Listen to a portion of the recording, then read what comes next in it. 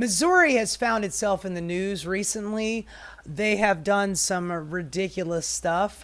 Recently, in the 2024 election, they had a ballot initiative for paid sick leave. And like many other red states, they don't take that bit of democracy and say, okay, the voters have spoken, let's just implement it, because that's what a ballot initiative is all about. It's about democracy.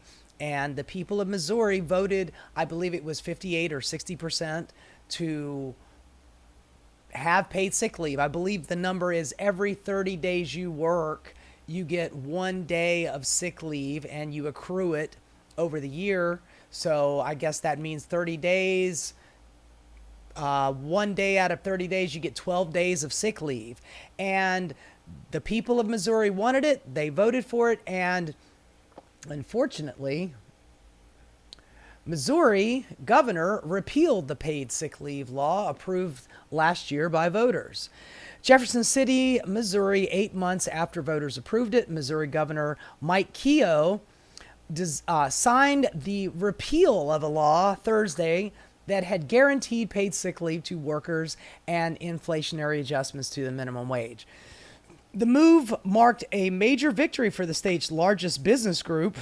I wonder where he gets his funding from, as a frustrating defeat for workers' rights advocates. Yeah, man, they fucking voted for it, and they're just not following the vote. They don't believe in democracy in Missouri, apparently.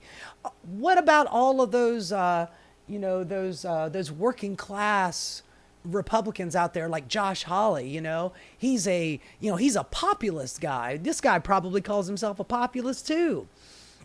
Who had spent years and millions of dollars building support for the successful ballot measure. The repeal will take effect August 28th. Kehoe, who also signed a package of tax breaks Thursday, described the paid sick leave law as an erroneous mandate that imposes burdensome record keeping. It's so hard for bosses and corporate owners to have to do some record keeping. Oh my God, it's just erroneous. Give me a fucking break. Quote, today we are protecting the people who make Missouri work. The bosses. We're protecting the bosses. Families, job creators, and small business owners by cutting taxes, rolling back overreach, and eliminating costly mandates. Yeah, man, giving your employee some sick leave. Oh, that is just erroneous. It's a mandate, and we can't have that in our state. We're a populist state. We believe in corporate ownership. I mean, workers' rights. I don't know what I mean. A Republican said in a statement released after the private bill signing. The new tax law includes capital gains from individual state income taxes, expands tax breaks for seniors, and yada, yada, yada. Anyway, Richard Von Glahn, who sponsored the worker benefit ballot initiative, said many parents felt forced to go to work instead of staying home to care for a sick child in order to pay their rent or utilities. Quote, the governor signing this bill is an absolute betrayal to the families.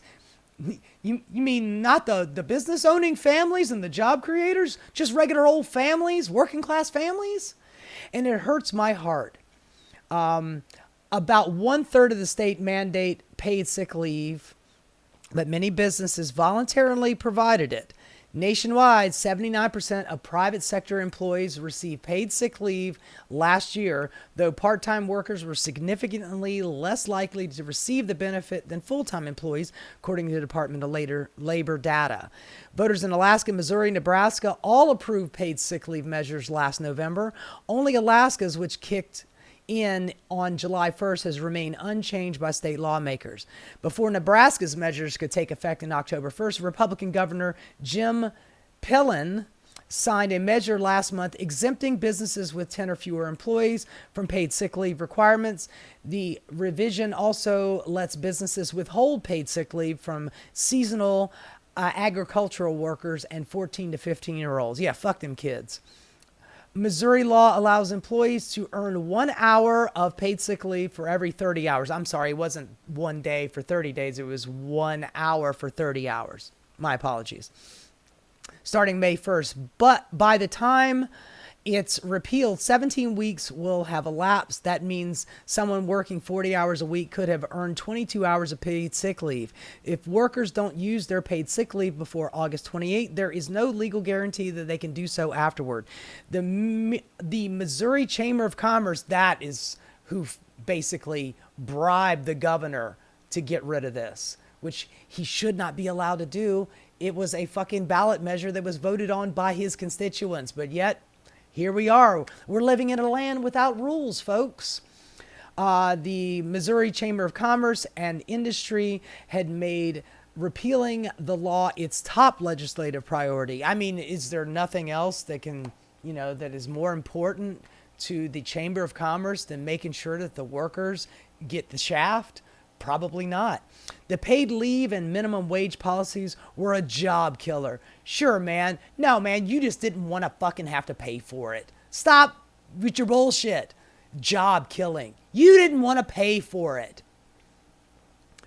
Carla Corches said, whatever.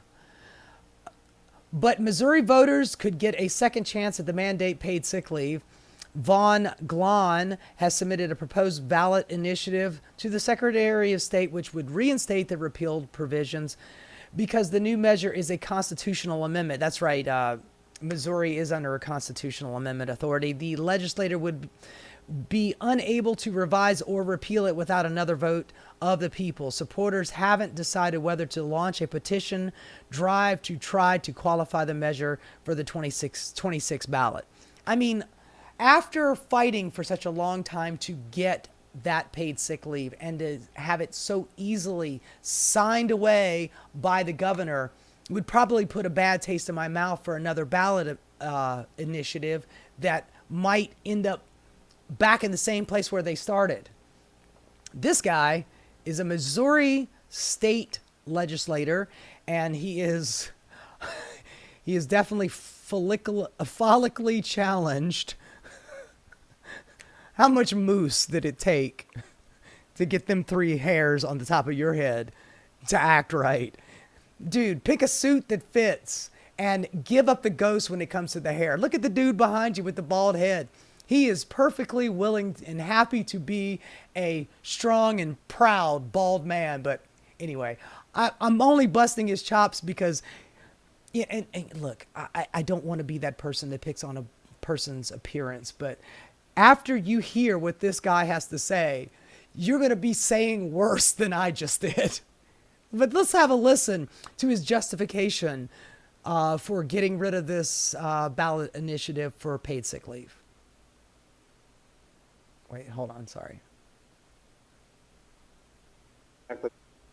Our founders... Let me start it over, sorry. Those things of the problem with direct democracy. This is exactly what... I mean, look, just to start off, the problem with direct democracy is that, corporations don't get to kind of run everything. All these people out here, they want their direct democracy, but, don't they know that special interests give me a lot of money and such? God damn, why does it keep muting? Against when they formed this nation. We're a constitutional republic with individual representation confined by constitutional restraints of what government can and can't do.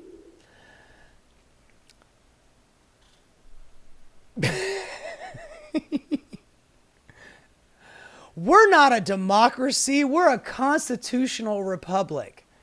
Thank you for playing I took civics and fucking failed. A constitutional republic is a form of democracy. Thanks for playing, you idiot. I love these guys coming out here and they always do the same thing. This is not a democracy, it's a constitutional republic, which is a form of fucking democracy. You bald-headed bastard. The founders had in their mind's eye that we would be putting in front of every single voter and every single time with every single policy measure for them to decide whether or not this was good or policy or not, especially when the people casting the ballots for measures such as this, they have no skin in the game whatsoever when it comes to these sorts of measures. No skin in the game, huh? I mean, these are working class people, but they got no skin in the game, man. What the fuck are you talking about? You have to be a business owner to have skin in the game? God damn, give me a break. Of the detriment or the harm that it may cause to their very own bottom dollar, because they may not even understand what these provisions, what these measures would do to their employer. I mean, 'cause at the end of the day, the people, most people casting these votes on these measures, they don't own businesses. They don't understand what's required to meet the bottom line. Have you not thought of the business owner? Whose heart cries for the business owner? I tell you what, man, my heart pumps purple piss for the business owner. I tell you that right fucking now. If the business owner is completely against paying people some sick leave, yeah, man, fuck the business owner. Seriously. God damn, man. Their business would not get done if it wasn't for the fucking labor. We are not a direct democracy, and we got to stop telling our kids that we're a democracy, first and foremost, because we're not a democracy, or we are a republican form of government. We say the pledge every day. We say to the republic for which it stands, not the democracy for which it stands, and especially not the direct democracy for which it stands. And people can moan Genius. and they can groan, but it's the ones that moan and groan are probably not the ones signing the front of the checks. Oh, goddamn, man, there it is. It's all about the business owner. You peasants out there who have to sign the back of your check to have it cashed. You peasants. You guys need to learn a fucking lesson. That's what you need. You don't know jack or shit about how it is to run a business. And by the way, just in case you were wondering, it doesn't say in the Pledge of Allegiance, pledge allegiance to the flag of the United States of America, in which the democracy in which it stands. Yet again, I will repeat myself. A republic is a form of democracy. You moron. Shave your fucking head, man. Be a fucking man. Stop being such a goddamn bitch. Anyway, when I hear people talking about how they are on the populist right, and then every time you go to vote for a bill or vote against a bill that is for the working class, you prove over and over and over again that you are not populist whatsoever. None of your policy prescriptions are popular with the people. They just aren't. Josh Hawley gets out there and goes, oh, well, this bill, it's this big, beautiful bill is not so beautiful, and it's going to kick a lot of people off of their health care, and I don't think I want to do that. And then 5 minutes later, when it comes time for him to vote, he votes for it. You are not a populist. You're just not. That guy's not a populist either, and certainly not the governor who got rid of paid sick leave. So spare me your right-wing populist bullshit. You have never been populist. You're just a fucking Republican who is bought and paid for by the Commerce Department or some wealthy businessman who made big, fat, huge donations, and then you get to go out, stand in front of a camera, and talk about your platitudes about being a populist, all the while saying democracy is bullshit and we're a republic, didn't you know? Fuck out of here with that bullshit. Hey guys, thanks so much for watching. If you enjoyed what you saw, please like and subscribe. Keep rocking.